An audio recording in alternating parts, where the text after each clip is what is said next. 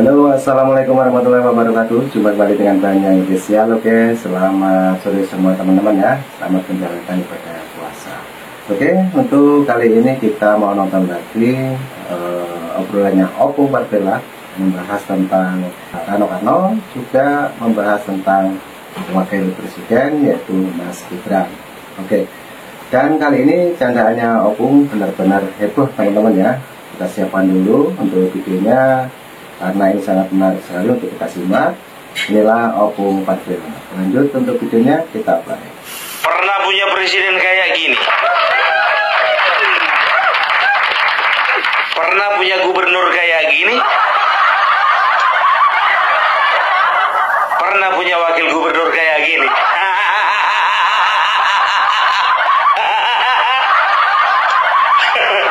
Tahu ndak kalian?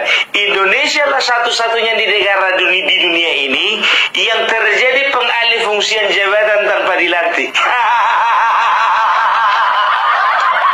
Masyarakat dibikin bingung, yang mana presiden, yang mana gubernur, yang mana wakil presiden, yang mana wakil gubernur. Presiden jalan kaki, gubernur naik helikopter. Wakil presiden jalan kaki, wakil gubernur naik perahu. Dan kalian perlu tahu, bukan cuma masyarakat Indonesia yang dibikin bingung, semua negara-negara anggota PBB dibikin bingung. Mereka pantau itu dari media, ya, di tanah air mereka, yang mana presidennya? Perasaan yang dilantik Prabowo. Kok yang naik helikopter ya pakai kacamata? Wakilnya juga biasa, kemarin kalau nggak salah wakil presidennya yang langsing. Tapi ini kok kayaknya naik perahu karet.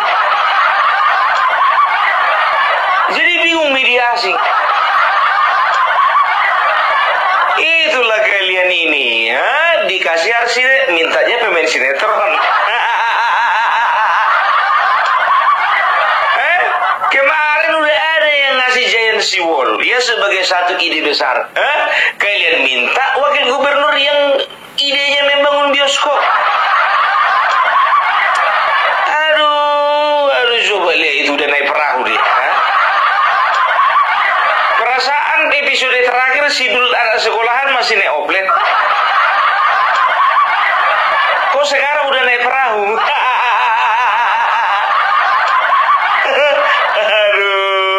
Sidul anak sekolahan udah naik perahu dia.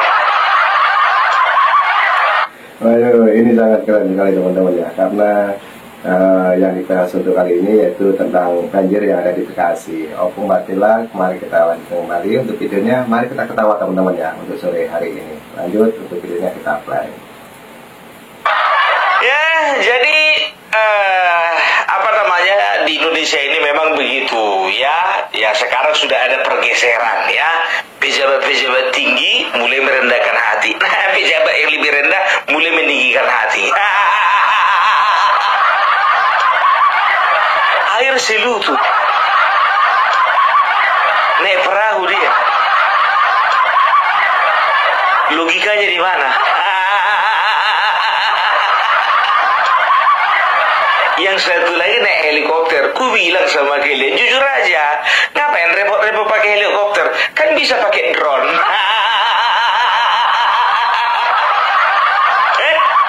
Nggak perlu tuh pakai helikopter. Inilah gubernur rasa presiden. Aduh, kalau presiden, jujur saja ya, bukan kali ini aja kita dapat presiden seperti itu. Alhamdulillah, puji Tuhan, kita pernah mendapatkan seorang presiden yang betul-betul merakyat, namanya Bapak Joko Widodo. Nah, bicara tentang Bapak Joko Widodo, ya, ternyata tahu nggak kalian, di video yang ini nih, kalau kalian perhatikan di komentarnya, ya, ada beberapa orang, ya, karena aku bilang aku sebetulnya kepengen aku pergi ke Solo untuk jumpa Bapak Jokowi, cuman masalahnya aku nggak punya biaya. Aku bilang begitu kan, nggak taunya tahu kalian, beberapa teman-teman Opung Parbella Parbelak Channel, mereka berinisiasi untuk patungan mengongkosi Opung Parbelak. Sampailah satu ketika tadi pagi, ya, sang inisiator yang bernama Mas Rehan di Jakarta, ya, itu telepon aku. Dari mana dapat nomor teleponku? Aku bilang begitu kan. Aku pikir dia nanya dari dukun. Karena memang aku nggak pernah menyertakan nomor telepon di YouTube kan begitu. Pung, aku intai-intai di TikTokmu katanya. Oh iya mas, ya mas, ya mas. Aku bilang begitu. Iya Pung, ini Pung, untuk mengfollow up Pung masalah teman-teman yang ingin ngongkosin Opung patungan supaya Opung bisa ketemu sama Bapak Joko Widodo. Paling tidak bisa wawancara Pung. Ya kami kepengen Opung ngevlog di Solo. Aku bilang sama dia, ya kan, mas tidak usah repot-repot. Bilang, Opung ini banyak kali basa-basi. Ya udahlah kalau maksa, aku bilang. Aku orangnya nggak bisa dipaksa. Apalagi disuguhi sesuatu yang memang betul-betul menarik, susah kali memang menolak. Iya kan, ya udahlah kalau memang maksa, aku bilang begitu. Dan ternyata biar tahu kalian ya, ternyata udah ada yang duluan nyawer. Ada yang $50, ada yang $29,99. Bayangkan, $29,99. Kenapa gak digenapkan aja 30 sih? Tapi cemana mau dibilang, namanya dikasih gak mungkin protesnya kan. Ternyata ditambah lagi. Ada juga yang ngasih Rp20.000, luar biasa.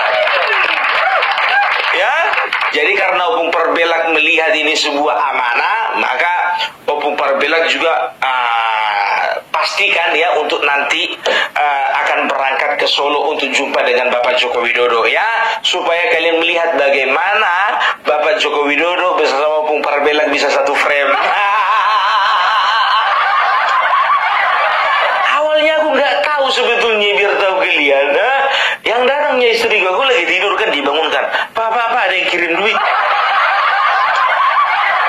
Kirim duit di mana? Aku bilang begitu. Itu super thanks. Jadi yang tadi ngasih dolar tadi itu, ya, itu lewat super thanks. Super thanks itu salah satu instrumen, ya, untuk kita bisa memberi sesuatu kepada sang kreator kan begitu ya.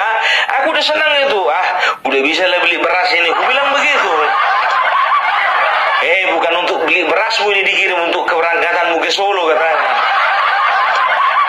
Makin beratlah hatiku kan. Makin berat untuk nolak. Jadi ternyata sudah ada beberapa yang yang udah duluan menyawer ya.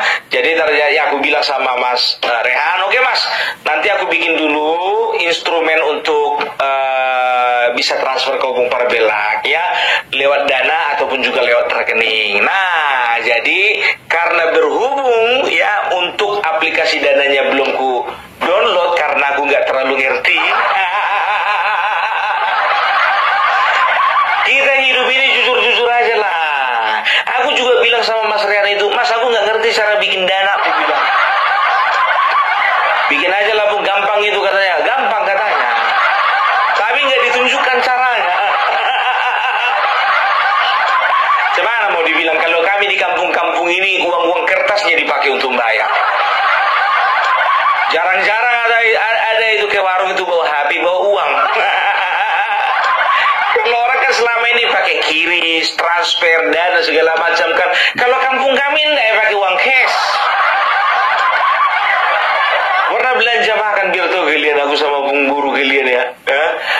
Selesai makan kami bayar pakai kiris katanya. Nggak ada kiris, uang tunai katanya. Terpaksa lah dulu KTM. Itulah karena tempat tinggalku kolot ya kan ya. Jadi aku juga ikut-ikutan kolot. Jadi untuk sementara di konten ini aku sertakan dulu nomor rekening ya. Dan juga aku sertakan juga ya nomor bukan nomor WA, nomor email. Kalau nomor WA itu ada di TikTok Opung Parbelak Sitorus, lihat aja di situ. Ya terserah kalian, mau lewat WA, mau lewat email ya. Nanti kalau misalnya kalian sudah kirim, ya kalian konfirmasilah bukti pengirimannya. Itu kucatat itu ya, itu akan kucatat. Nah, nanti dalam beberapa kesempatan maka Opung Parbelak akan menyebutkan namanya satu persatu ya, sebagai pertanggungjawaban atas amanah yang diberikan kepada Opung Parbelak. Nah, itu tadi Opung Parbelak sudah ini ya, menginfokan bahwa akhirnya kepingin juga teman-teman ya ke rumahnya Pak Jokowi. Karena kemarin juga waktu saya video call sama Opung Parbelak, bercanda-bercanda juga menceritakan bahwa istri saya juga kepingin ke Solo. Nah, tentu saja teman-teman ya, kapan saya ke sana, dan mari kita ikuti lagi cerita dari Opung Parbelak. Lanjut. Dan ingat ya, ini bukan minta-minta, ini amanah. Ya, terima kasih ya buat Mas Rehan ya, dan juga ini ya untuk penontonnya Agri Fanani ya, saya sudah telepon sama Mas Agri Fanani, kemungkinan bulan 5 Opung Parbelak akan terbang ke Solo. Ya, dan satu kejutan, Opung Parbelak akan ke Solo bersama Mas Agri Fanani. Udah tahu kalian bagaimana pecahnya nanti itu. Iyalah, ya ngakak. Nah, tentunya nanti saya input juga ini sama Opung Parbelak juga Bang Agri ya. Mungkin saja bisa ketemu di rumahnya Pak Jokowi bareng-bareng. Oke, lanjut untuk Opung kita play. Ngakak nanti Bapak Jokowi pun juga kalau bisa kami bikin ngakak. Ya, mudah-mudahan bisa ya, karena juga kita akan cari juga orang-orang yang bisa mengkoneksikan kita kepada Bapak Jokowi. Banyak kali cerita Opung, udah adanya koneksimu. Nggak usah bilang-bilang, diam-diam aja kita. Ya, jadi kita nanti kita sudah rencanakan paling lambat di bulan 5. Jadi ya sampai ke bulan 5 nanti Opung Parbelak akan cantumkan terus nomor rekening ya, supaya apa? Supaya bisa terkumpul ya, paling tidak untuk transportasi dan juga akomodasi ya kan. Ingat loh ya, jarak dari Sumatera Utara sampai ke ke Solo itu nggak murah ya kan, kecuali kalau misalnya dari Jakarta ke Bandung. Oke. Itu makanya aku bilang, ya apa lagu ini? Ya, jadi Opung Parbelak siap melaksanakan amanah dari teman-teman yang ada di channel Parbelak Channel. Oke, mari kita kembali bahas mengenai banjir. Luar biasa ini banjir ini, biar tahu kalian. Jujur aja ya, di media sosial sekarang fokusnya bukan korban banjir, tapi siapa yang berkunjung. Itulah netizen Indonesia, sensitif. Ya memang betul ya kan, karena apa ya, ingat loh, rakyat Indonesia adalah rakyat yang perlu rangkulan dari pemimpinnya. Coba lihat Bapak Prabowo, ya beliau itu kemarin pertama sekali kan wakil presiden, ya wakil presiden pergi mondar-mandir ke sana sini, ya kan, dia sapa para penduduk yang menjadi korban banjir, dia perhatikan semuanya, dia follow up setiap bantuan, pastikan makanan boleh terdistribusikan, bantuan boleh terdistribusikan dengan baik, kan begitu. Begitu juga Bapak Prabowo, kita bisa melihat ya kemarin itu ya, kita bisa melihat bagaimana Bapak Prabowo kelelahan. Pasti dia sudah punya agenda sebelum turun ke lokasi banjir, tapi dengan kecintaannya terhadap rakyatnya, dia rela berkorban walaupun letih, walaupun capek, walaupun lelah, dia tetap menyapa warganya. Ingat, jalan kaki bukan pakai perahu karet. Pakai sepatu pun. Aku perhatikan ya Bapak Prabowo ibu-ibu yang lagi diwawancara, ya, itu sepatu bootnya itu mereknya sama. Kan nampak itu dari warnanya dan juga dari apa namanya coraknya kan. Yang jadi pertanyaanku, apakah sepatu boot sekarang ini lebih mahal daripada perahu karet? Sehingga wakil gubernur sana lebih memilih naik perahu karet. Aku tunggu-tunggu biar tahu kalian, dari awal video sampai terakhir ku cari-cari lah Bapak Prabowo ini. Satu pun gak ada videonya yang pakai pelampung. Enggak ada. Kan kakinya kan agak susah itu untuk apa? Untuk bergerak, ya kan? Paling dia agak dipapa oleh asistennya kan begitu. Enggak sampai pakai perahu karet. Enggak ngerepotin orang.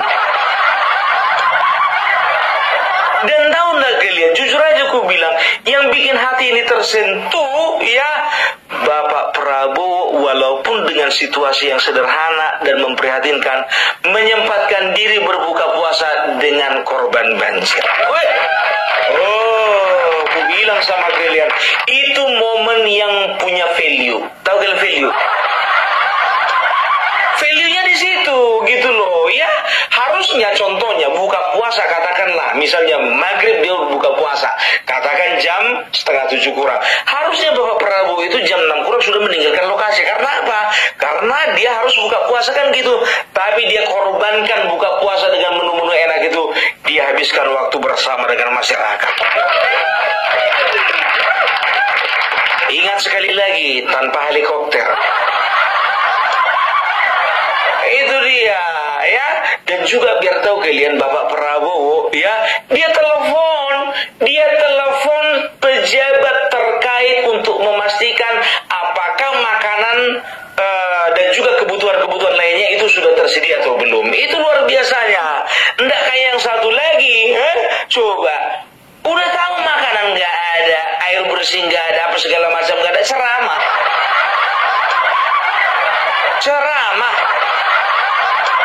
Nggak perlu ceramah. Yang diperlukan itu action. Itu dia. Makanya aku bilang, ya, kita bisa pastikan lah, ya, bahwasanya Bapak Presiden Prabowo, ya, ternyata bukan hanya melanjutkan programnya Bapak Jokowi, tapi dia juga melanjutkan kecintaan dan semangatnya Bapak Joko Widodo di dalam merangkul setiap rakyatnya. Bisa dipastikan presiden wakil presiden kita lebih cinta kepada rakyat daripada kepada partai, iya kan? Nggak kayak yang satu lagi.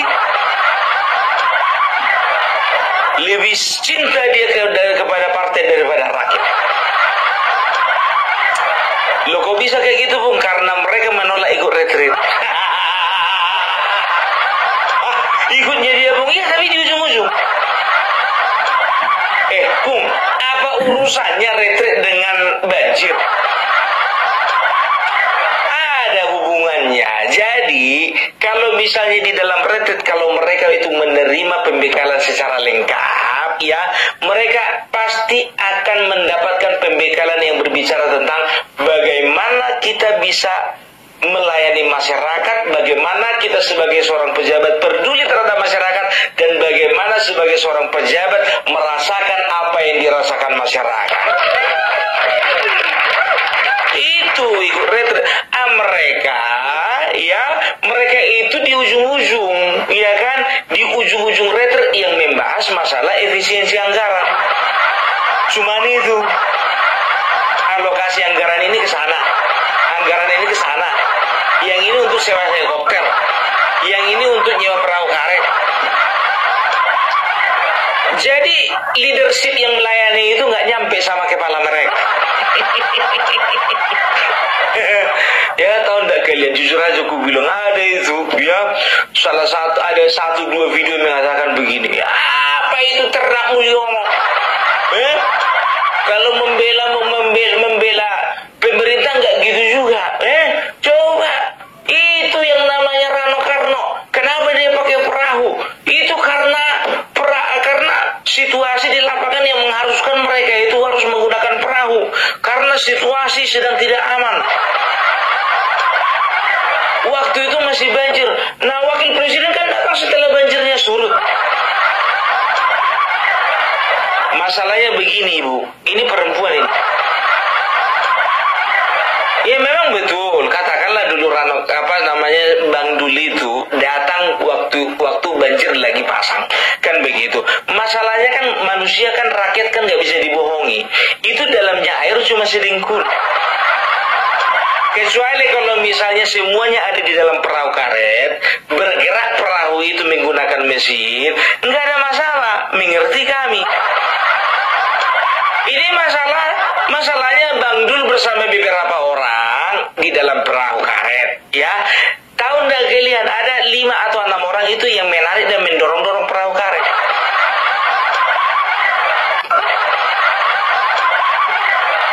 Iya, kalau langsung kayak Mas Gibran, ini kan udah tahu kayak bubar belak badannya.